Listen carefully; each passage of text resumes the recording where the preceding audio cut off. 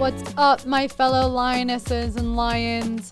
Welcome to the Project Lioness podcast, where we are here to disrupt the mainstream narrative when it comes to health, holism, and human consciousness. We are here to share bold truths about health and life from a female perspective. This episode is brought to you by our team, Inspire Co., where we stand for your health being inspired by choice rather than being inhibited by chance. Thank you for being here and joining in on these raw, real, and powerful conversations. We hope our show brings you inspiration and empowerment to overcome challenges, reclaim your life, and ultimately pursue your mission with power, purpose, and play. Now, let's get into the episode. Hello, everyone. Welcome back to the Project Lioness podcast. This is your host, Dr. Mel. And in this episode, I am joined again by the lovely Dr. Aryn. Hello, everybody. And today we are talking about the raw, real, bold conversations of menstrual cycles. If you are new to this podcast, welcome. Super grateful that you're here. We talk a lot about cycles on this podcast. So if you're new, I recommend going back to season 1, season 2. In the show notes, I've got the Magic of Your Moon course. If you're like, I don't even know where to start, this feels like it's over my head, go back to previous episodes, search cycles, aligning with your biology, go in the show notes, get my course, The Magic of Your Moon, Harnessing the Power of Your Menstrual Cycle. It's only $47, you guys. We are building upon those conversations in this conversation today and talking all about hormone stuff, menstrual cycle stuff from an even more raw, real conversation. Because as we grow and evolve, we learn new things, we do new things, and we think it's important to share that education with you because this is not mainstream conversation. It's not mainstream in our textbooks of all the different ways that you can heal your cycle from the inside out. So welcome. Thanks for being here, Aryn. Yay. Yeah, of course. My pleasure. My pleasure. Aryn's got a full podcast day today. She gets to hang out with me and then share your story later. Mm-hmm. Yeah. One of the things we were talking about on one of our lunch breaks was some different things that I'm seeing in the literature and in my own experience, specifically the types of products that are available for women when it comes to their bleed, when it comes to their moon. If you don't know those terms, again, go back and learn. A lot of people will call your menstrual cycle your moon time.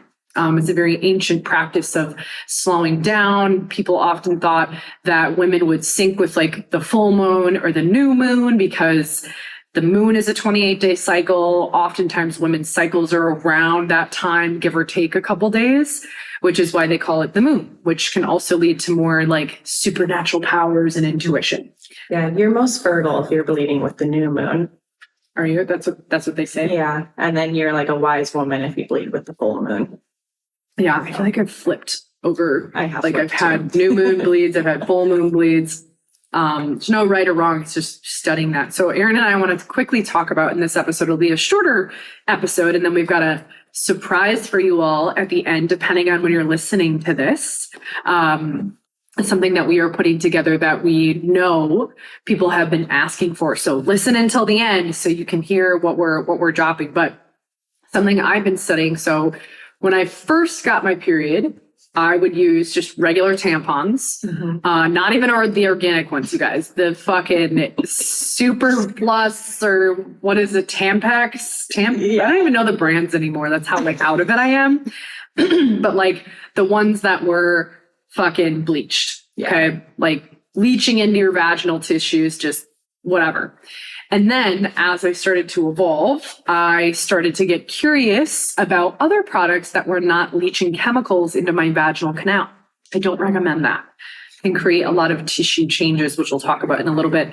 I started then exploring the menstrual cup.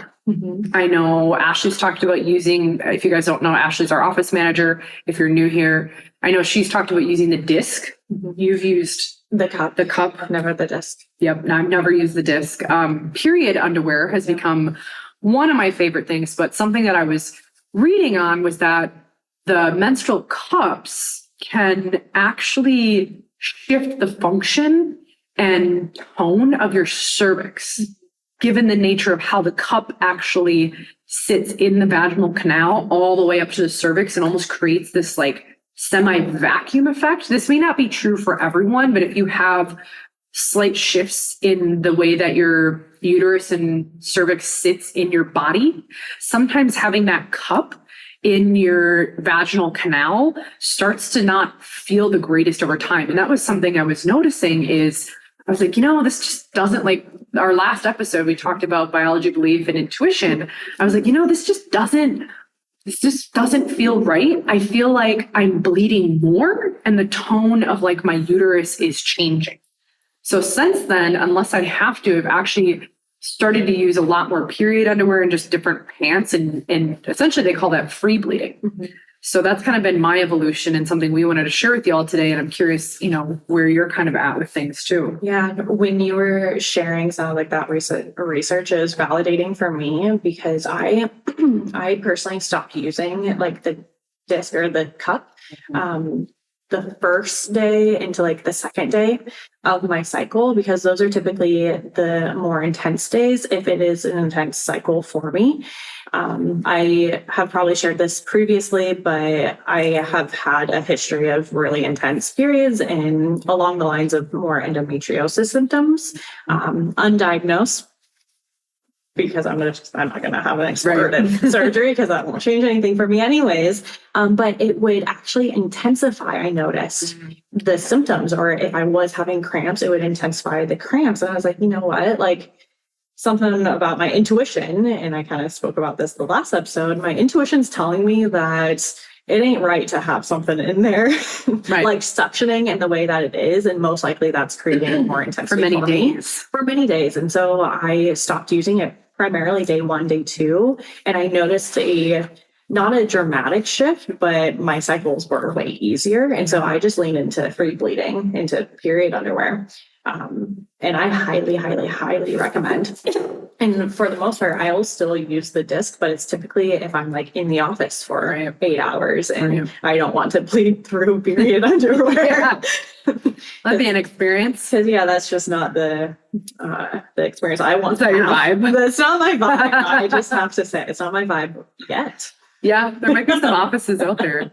Who knows? Yeah, that's a good point. Having, is it truly natural to plug up this beautiful flow and detoxification, both physically and energetically, that our bodies get to cleanse every month? And we've created these products because of needing to keep up with the world, right? And Aryn and I are, we're not living in the woods right now. Yeah. Like at times we're in the office, at times we're doing stuff when we're, bleeding. And that's just the nature of growing a practice, right? You can't cancel. I mean, you could, shouldn't say you can't, you could cancel everything. Mm-hmm. That would leave for an interesting business model. Mm-hmm. And we've definitely had times where we are grateful that the office is slower because one of us is bleeding, right?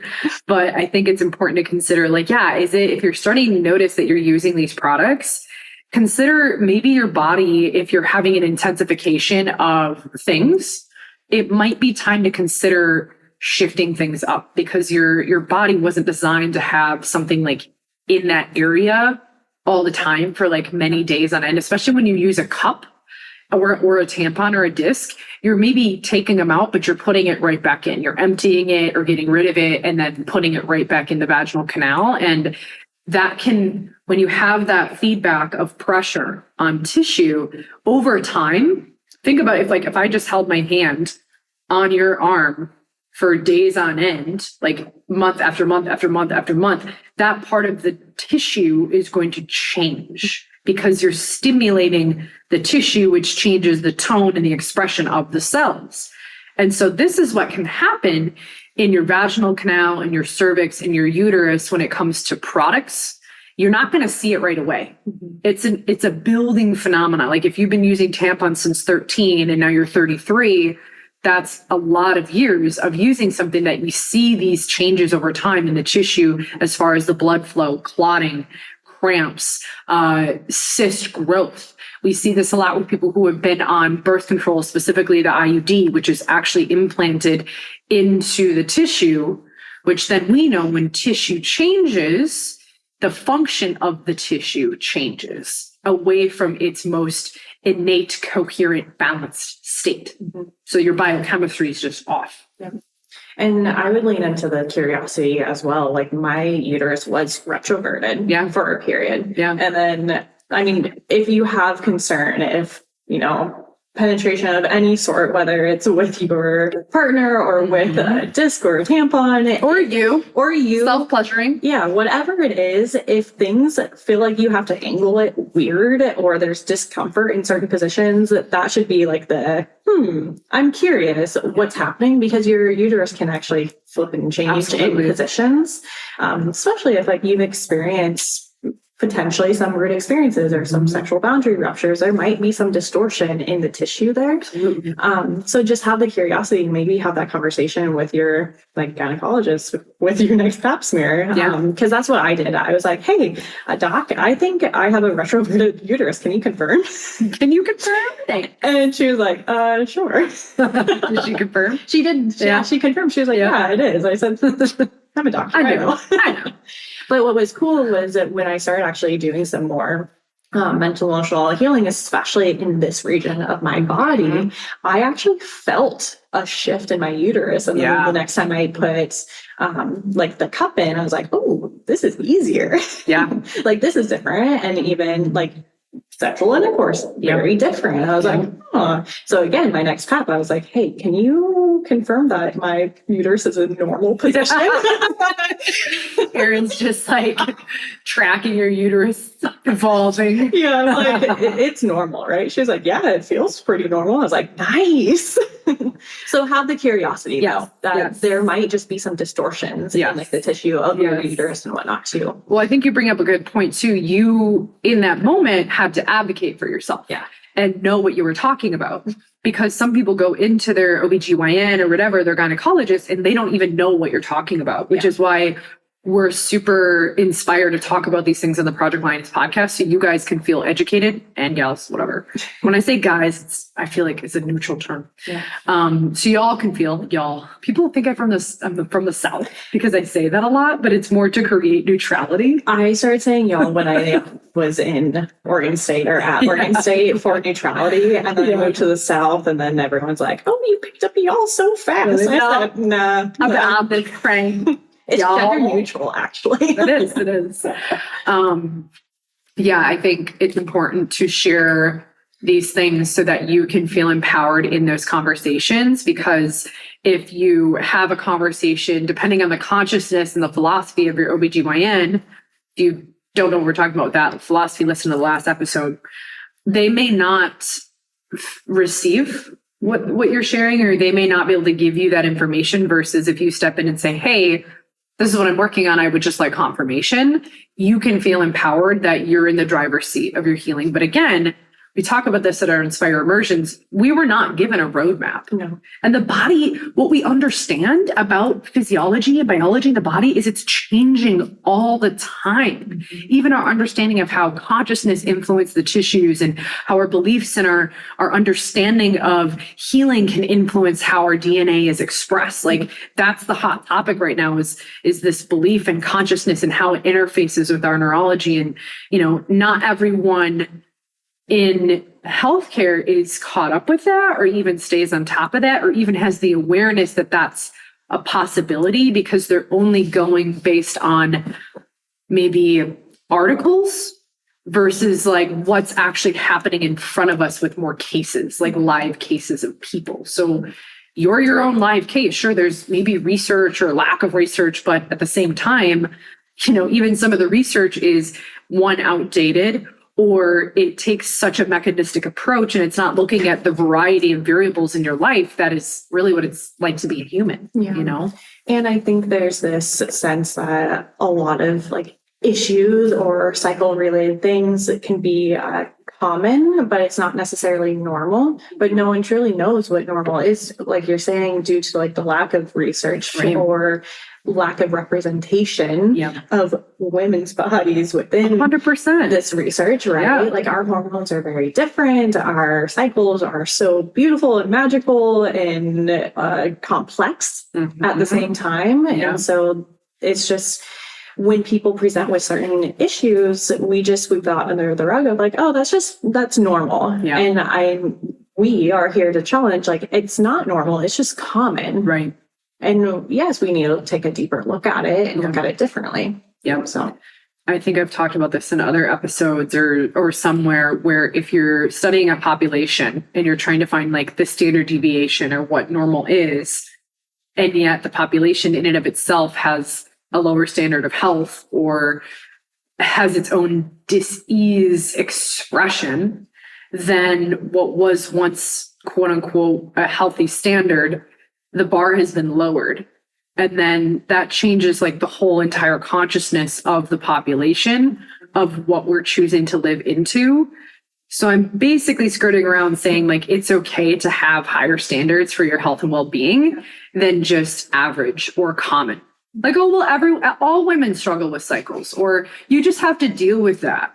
Or, yeah, that's what it's like being a woman. You have pain. And I remember learning that growing up when I would have knife-like pain in my uterus. I would bleed through to the bed with a Super Plus tampon.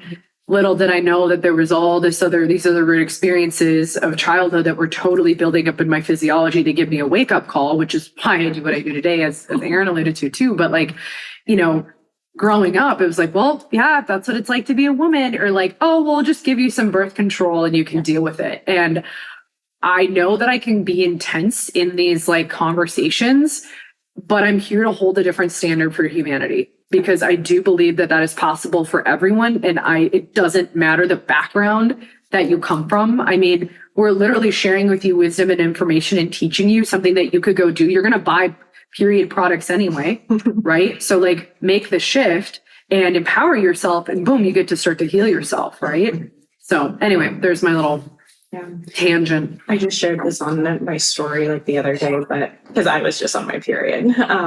But I was probably 16 or 17. I think 17. I went to the ER because I had such a bad cycle. Yeah. And my mom didn't know until this day that I was sexually active. So my head was like, am I having like a miscarriage? Yeah. Like there's something so drastically wrong in my body. Yeah. And again, I'll say maybe not wrong. My body was just trying to wake me up. There's a fire. And the fire alarm is going off, and I'm fucking listening now. And I'm like, you got to take me. So we went to the ER, and the doc was just like, yeah, you just have bad periods. You should just go on birth control. Yeah, they just minimize your experience. It's only dysmenorrhea. It's fine. It's normal. And I'm like, are you like, there was something trying to exit. I was having an exorcism in my whole body. What do you mean just go on birth control? Yeah.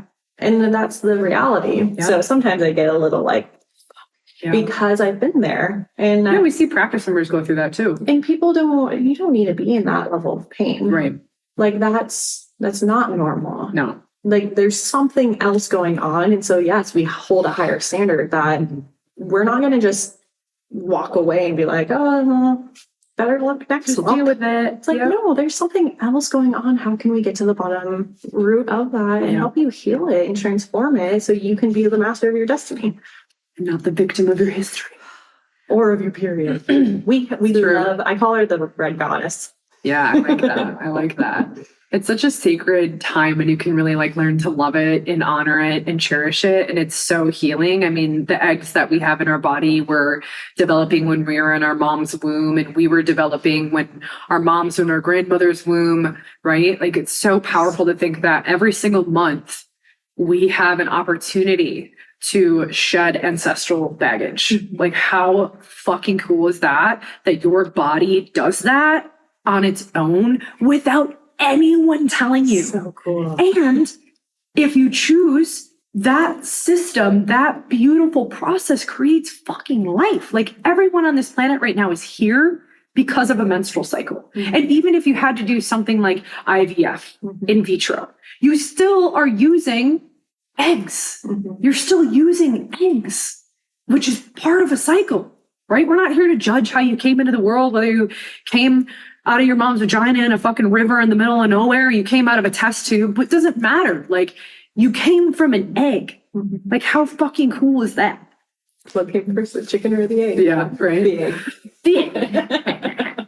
So I like what Aryn said, because we're going to wrap this up. Like I said, we're going to keep this a little bit shorter. We have so many other episodes, you guys, about cycles. So just check out the Project Lioness podcast, search cycles, biology, magic of your mood, search all of that. You're going to see a bunch of episodes we've done with myself, with Dr. Aryn, with Jess, who sometimes comes in, my sister-in-law, and Ashley, because we all have that experience and we want to support you and empower you in that. Aryn mentioned something briefly where she said it, but she didn't actually say it, where you can be doing all these things in this lifetime. But if you have things that have shown up in your past, whether it's root experiences, sexual, what did you call it? I like the sexual boundary. Yeah, sexual boundary ruptures, which can be a lot of different things, right? And we're using those words very consciously.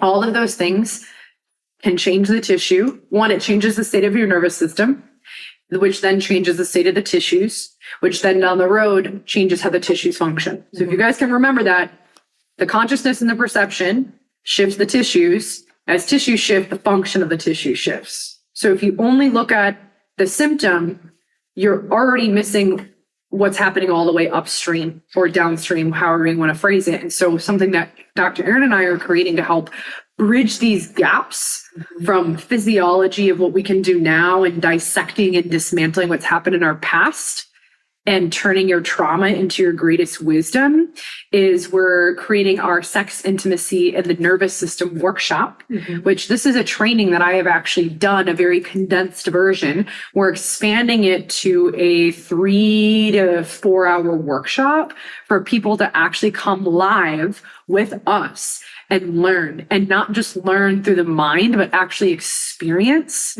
some tools and strategies that you can use in your body to be your healer. And we want to teach you that and give you that wisdom that's worked so well for us, that's worked so well from our clients. I mean, you guys, we have clients where they come in, they've got endometriosis, they've got cysts, and all of a sudden their cysts are shrinking. They've got period issues that they can't even live their life for a week, and now they're able to go on retreats on their period. We have people who were afraid they couldn't get pregnant and are now pregnant. Like, this stuff is happening here, and we want to invite you into it, not because we have anything special, but because we're teaching you.